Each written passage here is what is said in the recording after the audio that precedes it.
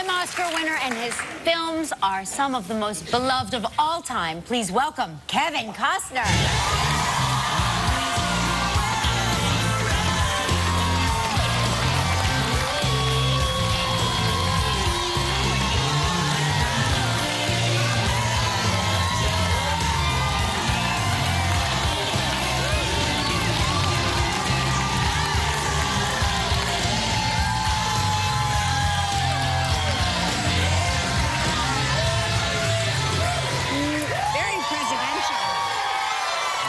Good, brother. How you doing, man? Good.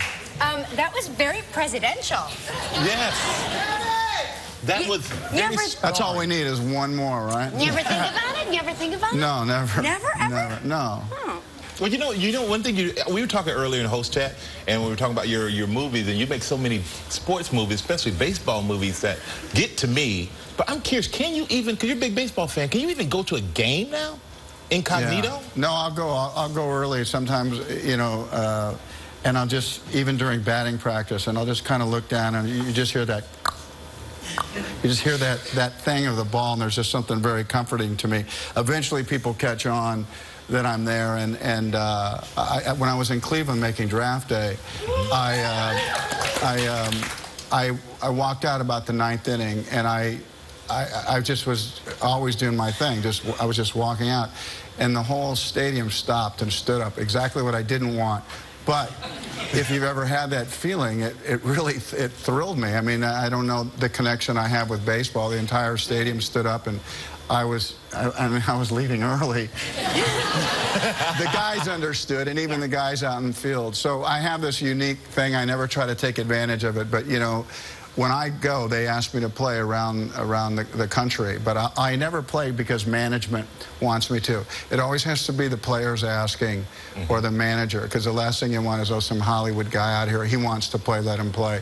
It always starts with the players for me. But I think you respect the game, and you've added such a good light to the game. You've added heart to a game and some insight into it for the fans out there, and I think that's why players appreciate it. And not just baseball players. I mean, Draft Day was a great movie, too. I love that. You were supposed to draft me, but you didn't.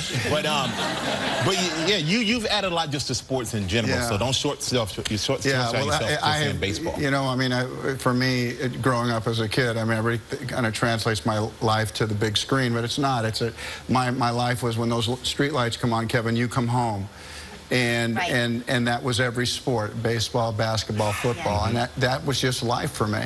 It's kind of great because we were talking about McFarlane, which is a show that a movie that I've seen like so many times, and it never gets old for me, and it never gets tired for me, and it's, you know, there's something about sports stories, and you really tap into it like nobody else. That it is all heart. It has so little to do with the actual sport and more to do with the story behind it. Yeah, you know? Well, it's always about the people, and sports are so authentic. There's so much drama. Even watching that golf thing on Sunday. I mean, people want to talk about it in a bunch of different ways, but it is the essence of sport that it is not written until it's done. And I'm just curious, because you were cast in The Big Chill as well, and you filmed some scenes that were cut out. Exactly. And how did you deal with that? Well, a lot of people would think to themselves, well, you must have been terribly disappointed. I had my own little bit of my heart stop for a second, but sometimes you have to have an awareness of when things happen for you, and you can pinpoint in your career when you know it happens, and it's not necessarily ending up with the role or the job that you get.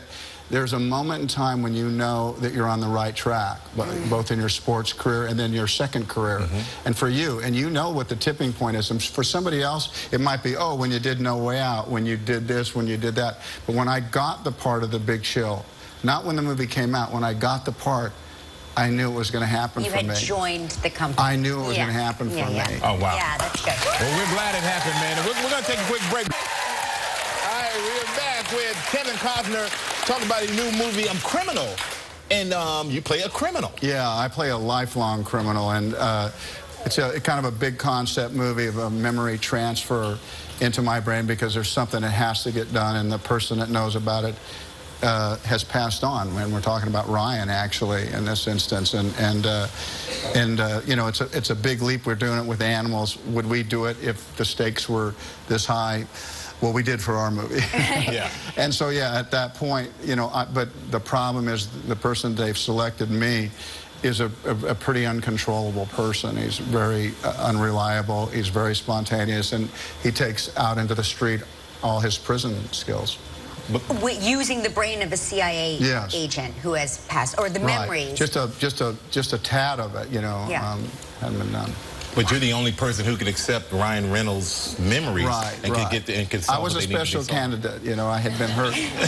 I had been hurt as a child, if you want to believe the facts of our script. But yeah, no. So I'm walking around and getting glimpses into a normal life, into intimacies and you know, love and caring, and it's just not something that he has ever experienced. Wow. Well, you know what? Let's take a look at a clip. And in this clip, your character, Jericho Stewart, has just woke up from brain surgery. And here is Kevin Costner in Criminal.